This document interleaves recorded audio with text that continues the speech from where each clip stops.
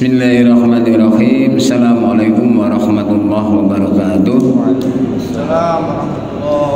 Alhamdulillah wa syukurillah wa la hawla wa la quwata illa billahil aliyyil azim. Amma ba'd. Qala Allah ta'ala fil Qur'anil Karim, a'udzu billahi minasy syaithanir rajim. Bismillahirrahmanirrahim. Ya ayyuhalladzina amanu lima taquluna ma la taf'alun. Kabura maqtan indallahi an taqulu ma la taf'alun. Shadaqallahul azim. Yang kami hormati Ustadz Agus selaku Kepala SMP Muhammadiyah Tiga Baru, Ustadzah pengasuh SMP Muhammadiyah Tiga Baru yang dimuliakan Allah Subhanahu wa taala.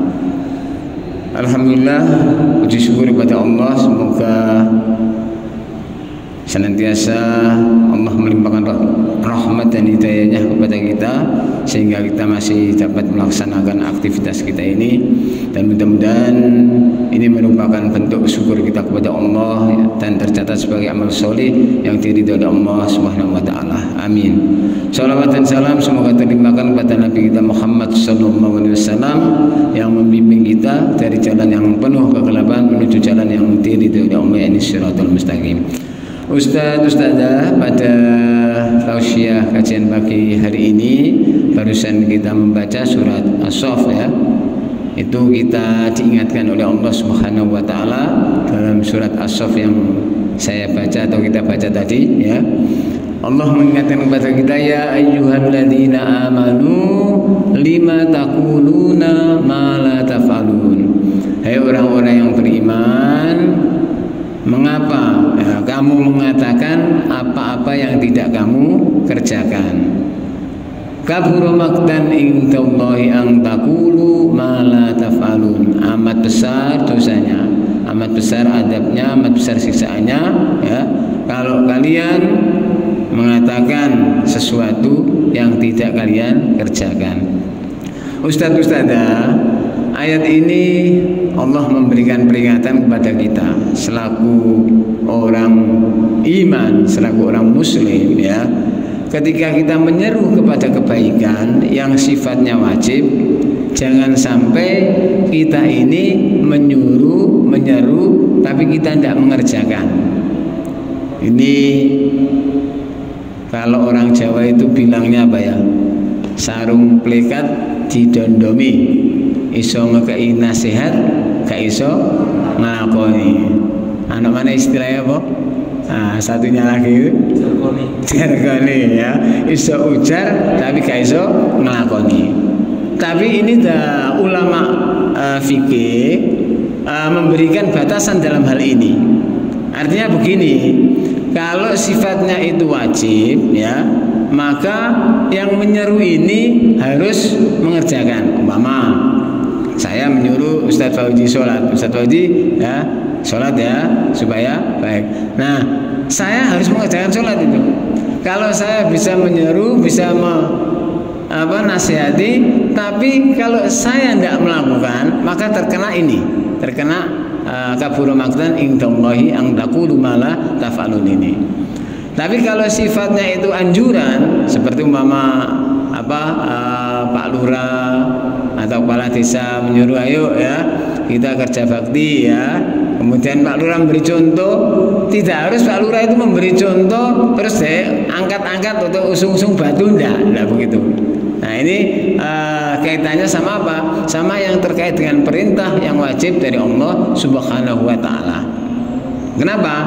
Kalau tidak begitu, ulama fikih mengatakan orang-orang ini kayaknya tidak akan berani berdakwah. Khawatir ketika berdakwah tidak bisa mengerjakan apa yang disampaikan. Kalau hanya memahami dalil terlek atau tafsir ayat ini, orang-orang kayaknya takut ketika mau berdakwah untuk menyeru kepada kebaikan. Apa yang dikhawatirkan? Karena khawatir tidak bisa mengerjakan.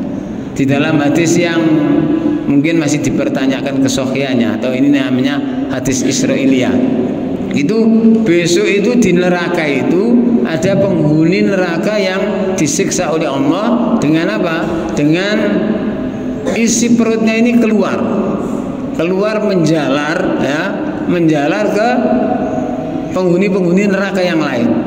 Pada saat itu ada penghuni neraka yang menanyakan pada Allah, ya Allah, bukankah orang ini dulu di dunia dia adalah ustadz, dia adalah kiai, ya, menyeru kepada kebaikan, menyeru kepada kewajiban, ceramah sana sini, kemudian memberitahu sana sini. Kok sekarang engkau siksa yang kayak begini ya Allah?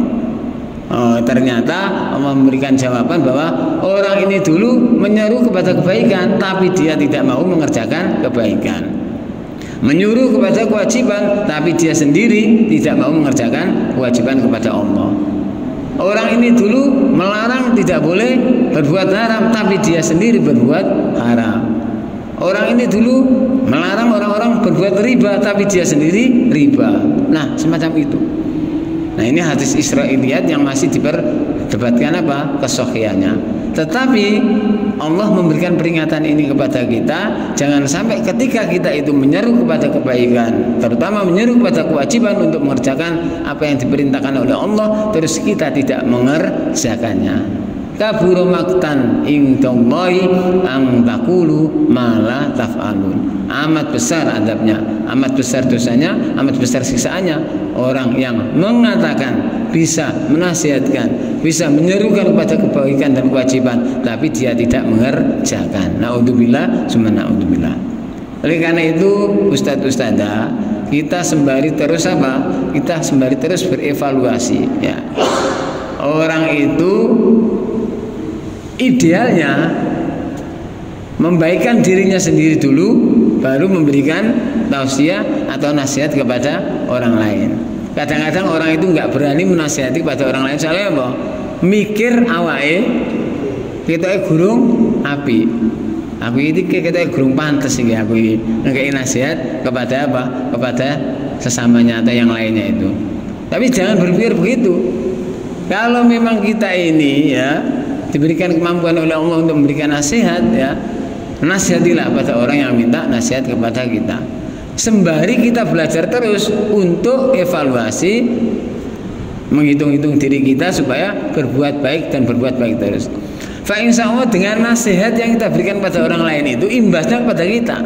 Artinya umpama saya memberikan pitutur kepada Ustadz Fauji. Nah, apa yang saya pituturkan kepada Ustadz Fauji itu, insya Allah saya akan apa? Bisa menjaga itu. Jadi kalau nunggu kita baik dulu, kadang-kadang kita itu belum sempat dan belum bisa berdakwah.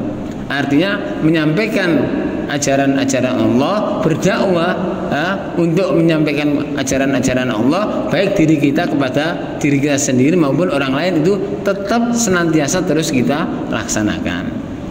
Nah, dengan ini insya Allah mudah-mudahan kepentingan dakwah ini baik bagi diri kita dan juga baik bagi orang lain.